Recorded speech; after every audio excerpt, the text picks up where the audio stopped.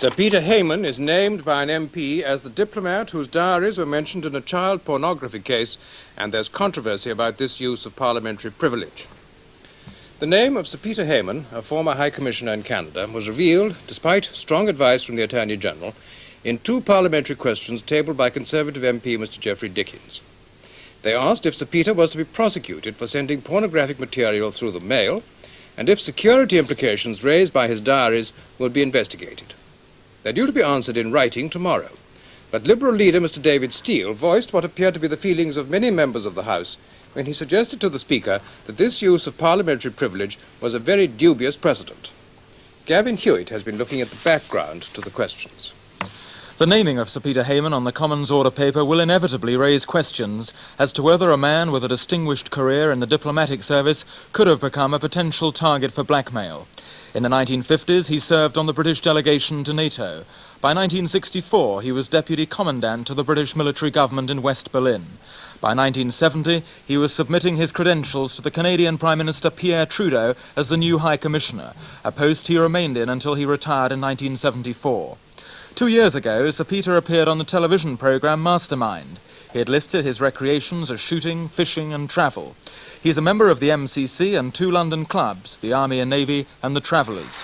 He's also governor of International Student House in London. Police were led to Sir Peter's London flat after they found a package of pornography which had been left on a bus.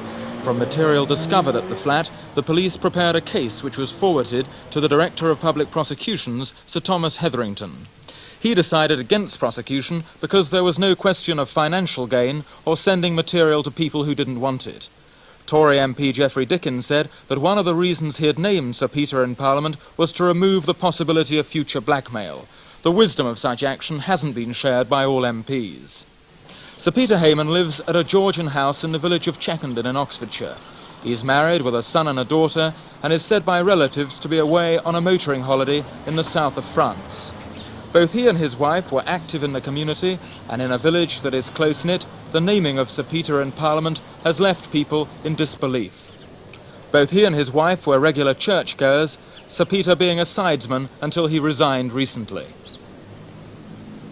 Well, I think in any community, do we really know our neighbours? But I think within the community, Sir Peter was a man who was very well liked and, contributed very much to the community. How was he regarded in the village? Well, I think he was well liked, and his wife with him, and they together both joined in, many village activities. There was considerable concern in the House of Commons today about the naming of Sir Peter. Tory MP Cyril Townsend said, if he's committed any offence, the law must take its course. If not, he should not be hounded by politicians. And Liberal leader David Steele warned about bandying names about in the chamber, which would create a very dangerous precedent. The Speaker replied that he had studied today's order paper with special care because of the publicity there had been. The House is also aware that the privilege of free speech and protection which we enjoy in this House is our most cherished possession. It's the one that gives real significance and power to this House. And therefore there is a special obligation on us all to make sure that we never abuse that privilege. The questions referred to by the right honourable gentleman were technically in order. Otherwise, they would not have appeared on the order paper. And I can really say no more. There's been no word from Sir Peter Hayman direct today as regards his attitude to what's occurred in the House of Commons. His solicitor is Sir David Napley, who was asked whether Sir Peter was aware of the events now surrounding him. He is aware. He knows about it because he's spoken on the telephone. He's abroad at the moment, but has spoken on the telephone.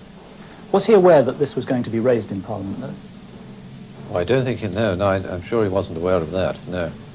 Has he any views about the way it has been done? Well, I don't know what his views are because I haven't canvassed them. I know what my views are.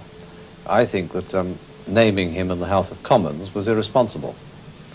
And the reason I think it's irresponsible is this, that I've always understood, and I gather the Attorney General said so, that there's been a convention in Parliament that you do not accuse a person of criminal offences unless they have been prosecuted or unless his name has been disclosed in a public inquiry.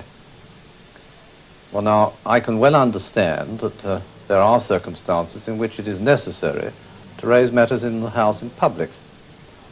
But it is important to remember that in this case, a competent and responsible authority, knowing all the facts, such as they were, had decided that there shouldn't be a prosecution.